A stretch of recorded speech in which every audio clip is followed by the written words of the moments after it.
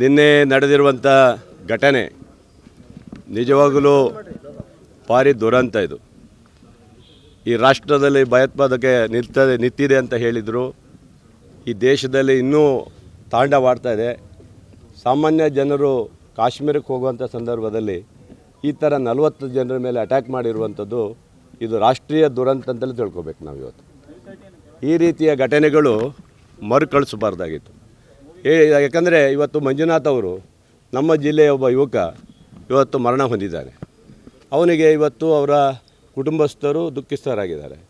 ಇವತ್ತು ಇಡೀ ರಾಜ್ಯದಲ್ಲಿ ಅಥವಾ ರಾಷ್ಟ್ರದಲ್ಲಿ ತಲ್ಲಣವಾದಂಥ ಒಂದು ಸುದ್ದಿ ಇದು. ಈ ರೀತಿ ಘಟನೆಗಳು ನಡೀತಿದ್ದ ಸಂದರ್ಭದಲ್ಲಿ ಆ ತಂದೆ ತಾಯಿಗಳಿಗೆ ನಾವು ಏನು ಹೇಳಲಿಕ್ಕಾಗತ್ತೆ ಅಲ್ವಾ?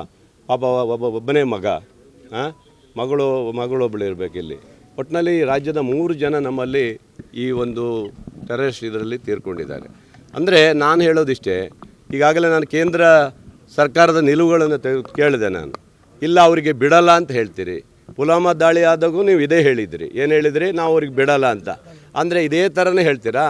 ಇಡೀ ರಾಜ್ಯ ಎಷ್ಟು ಜನ ಸಾಯ್ತೀರಿ, ಆವಾಗ ನಾವು ಬಿಡಲ್ಲ ಅಂತ ಹೇಳಿ ಇವತ್ತು ಕೇಂದ್ರ ಸರ್ಕಾರ ಮಾಡಿದರೆ ಇದು ತಪ್ಪಾಗತ್ತೆ. ಭಯೋತ್ಪಾದಕರು ಇದ್ದಂಥ ಸಂದರ್ಭದಲ್ಲಿ ನೀವು ಯಾಕೆ ಟೂರಿಸ್ಟರನ್ನು ಕಳಿಸ್ತೀರಿ? ನೀವು ಯಾಕೆ ಜನರನ್ನು ಹೋಗಿ ಅಲ್ಲಿ ಬಿಡ್ತೀರಿ ನೀವು ಅಲ್ವಾ? ನಿಮಗೆ ಇದೇ ಕಾನೂನಲ್ಲಿ ಇದೇನಾ ನಿಮಗೆ? ಪ್ರತಿ ಸಾರಿನೂ ಒಂದು 30-40 ಜನ ಹುತಾತ್ಮರಾದಮೇಲೆ ನಾವು ಅವರಿಗೆ ಬಿಡಲ್ಲ ಅಂತ. ಏನು ಬಿಡಲ್ಲ ನೀವು? ನಿಮಗೆ ಧೈರ್ಯ ಶಕ್ತಿ ಇರಲಿಲ್ವಾ? ಉಡಾಯಿಸ್ಬೇಕು. ನೀವು ಏನು ಉಡಾಯಿಸ್ತಿದ್ರಿ? ಪುಲ್ವಾಮಾ ದಾಳಿಯಲ್ಲಿ ಹೇಳಿದ್ರಲ್ಲ, ಅದೇ ಥರ ಮಾಡಬೇಕು. ನಾನು ಹೇಳೋದು ಈ ಥರ ಘಟನೆಗಳು ಆಗಬಾರ್ದು. ಅಲ್ಲಿ ರಾಜ್ಯ ಸರ್ಕಾರಕ್ಕೂ ನಾನು ಎಚ್ಚರಿಕೆ ಕೊಡ್ತೇನೆ ಇವತ್ತು. ಯಾಕಂದರೆ ಈ ಥರ ಪ್ರವಾಸಿಗರು ಲಕ್ಷಾಂತರ ಜನ ಹೋಗೋಂಥ ಸಂದರ್ಭದಲ್ಲಿ ಅದಕ್ಕೆ ನಿಗಾ ಇಡುವಂಥ ಕೇಂದ್ರ ಸರ್ಕಾರವೂ ಇರಬೇಕಾಗತ್ತೆ ಅದಕ್ಕೆ. ಆದರೆ ಈ ಥರ ದುರಂತ ಆಗಿದೆ. ಇದಕ್ಕೆ ಯಾರು ಹೊಣೆ ಹಾಕ್ತಾರೆ ಇವತ್ತು? ಸತ್ತ ಮೇಲೆ ನಾವು ಇದ್ದೀವಿ ಬಿಡೋದಿಲ್ಲ ಅಂತ ಹೇಳಿದ ಮೇಲೆ ಇದು ಅವ್ರನ್ನ ಮತ್ತೆ ತರಲಿಕ್ಕಾಗತ್ತಾ? ಒಂದು ಕುಟುಂಬಕ್ಕೆ ಏನು ಹೇಳ್ತೀರಿ? ಉತ್ತರ ಕೊಡಲಿಕ್ಕಾಗತ್ತೆ ಇವತ್ತು? ಅದರಿಂದ ಇದು ಭಾಳ ನೋವಾಗಿದೆ. ರಾಜ್ಯ ಸರ್ಕಾರ ಇವಾಗಲೇ ಮುಖ್ಯಮಂತ್ರಿಗಳು ನಮ್ಮ ರಾಜ್ಯದ ಮಂತ್ರಿಗಳ ಸಂತೋಷ್ ಲಾಡ್ ಅವರು ಈಗಾಗಲೇ ಶ್ರೀನಗರಕ್ಕೆ ಹೋಗಿದ್ದಾರೆ. ಇದರ ಜೊತೆಗೆ ನಮ್ಮ ಮಧು ಬಂಗಾರಪ್ಪನವರು ಸಹ ಅದ್ರ ಬಗ್ಗೆ ಈಗಾಗಲೇ ಮಾತುಕತೆ ನಡೆಸಿದ್ದಾರೆ. ಒಟ್ಟಿನಲ್ಲಿ ಆ ಕುಟುಂಬದ ಅಲ್ಲಿರುವಂಥ ಜನರನ್ನ ಸೇಫ್ಟಿಯಾಗಿ ರಾಜ್ಯಕ್ಕೆ ತಂದು ಇಲ್ಲಿ ಶಿವಮೊಗ್ಗ ಅವರ ತರಿಸುವಂಥ ಕೆಲಸ ಆಗಬೇಕಾಗಿದೆ. ಯಾಕಂದರೆ ನೋವಿದೆ. ಎಲ್ಲೋ ಒಂದು ಕಡೆ ನಮ್ಮ ಜಿಲ್ಲೆಯವರು ತೀರ್ಕೊಂಡಿದ್ದು ಭಾಳ ನೋವಾಗುತ್ತೆ. ಅಂಥ ನೋವಲ್ಲೂ ಸಹ ಇವತ್ತು ಏನಂದರೆ ಭಯೋತ್ಪಾದನೆ ಬಗ್ಗೆ ಈಗಲೂ ಇನ್ನೂ ಇಷ್ಟು ವರ್ಷ ಆದರೂ ಸಹ ಕಡಿವಾಣ ಹಾಕಿದ್ದೀವಿ ಅಂತ ಹೇಳಿದವರು ಇನ್ನೂ ನಡೀತಾ ಇದೆ ಅಂತ ಹೇಳೋದು ನನಗೇನು ನೋವು ಅಂದರೆ, ಇಲ್ಲ ನಾವು ಇದ್ದೀವಿ ನಾವು ಬಿಡಲ್ಲ ಅಂತಾರಲ್ಲ, ಅದು ಭಾಳ ನೋವಾಗುತ್ತೆ ನನಗೆ. ಬಿಡಲ್ಲ ಅಲ್ಲ, ಅದನ್ನು ಮುಂಚೆನೇ ಬುಡ ಸಮೇತ ಕಿತ್ತಾಕಬೇಕು ಅನ್ನೋದು ನಮ್ಮೆಲ್ಲರ ಉದ್ದೇಶ ಇವತ್ತು. ಖಂಡಿತ ಇದು ಯಾಕೆ ನೀವು ಈ ಥರ ಮಾಡ್ತೀರಿ? ನೀವು ಪುಲ್ವಾಮಾ ದಾಳಿ ಆದಾಗ ಏನು ಹೇಳಿದ್ರಿ ನೀವು?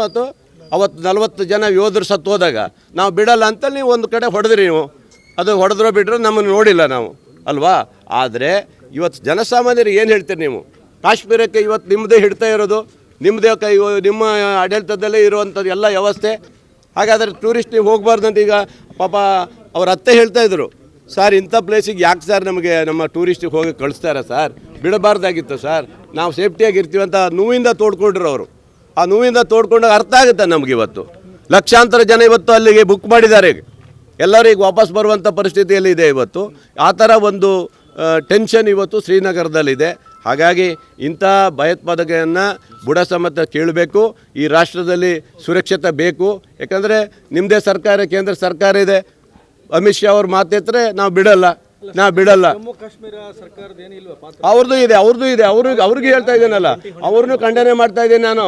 ಜಮ್ಮು ಕಾಶ್ಮೀರದ ಅವ್ರಿಗೆ ಏನು ಕೊಟ್ಟಿದ್ದೀರಿ ನೀವು? ಅವ್ರಿಗೆ ಏನು ಆಡಳಿತ ಮಾಡೋಕ್ಕೆ ಕೊಟ್ಟಿದ್ದೀರಿ? ಕೇಂದ್ರದಲ್ಲಿ ಏನು ಕೊಟ್ಟಿದ್ದಾರೆ ನೀವು? ಎಲ್ಲ ನಿಮ್ಮ ಕೈಯಲ್ಲಿದೆ. ಅವ್ರು ಸುಮ್ಮನೆ ಕೂತ್ಕೊಂಡು ಅಲ್ಲಿಷ್ಟು ಅಭಿವೃದ್ಧಿ ಕಡೆ ಮಾತಾಡುವುದು ಬಿಟ್ಟರೆ ಅವ್ರಿಗೇನು ಅಧಿಕಾರ ಇಲ್ಲ. ಜಮ್ಮು ಕಾಶ್ಮೀರದ ಅಧಿಕಾರ ಪೂರ್ತಿ ಕೇಂದ್ರ ಸರ್ಕಾರದಲ್ಲೇ ಇದೆ ಇವತ್ತು. ಹಾಗಾಗಿ ರಾಜ್ಯ ಸರ್ಕಾರಕ್ಕೂ ಖಂಡನೆ ಮಾಡ್ತೀನಿ, ಕೇಂದ್ರ ಸರ್ಕಾರಕ್ಕೂ ಖಂಡನೆ ಮಾಡ್ತೇನೆ ನಾನು ಇವತ್ತು. ಹೌದಾ? ಅದೇ ಹೇಳ್ತಾ ಇದ್ದೀನಿ ಸರ್. ಅವ್ರಿಗೇನಂತ ಪವರ್ ಕೊಟ್ಟಿಲ್ಲ ಇವರು.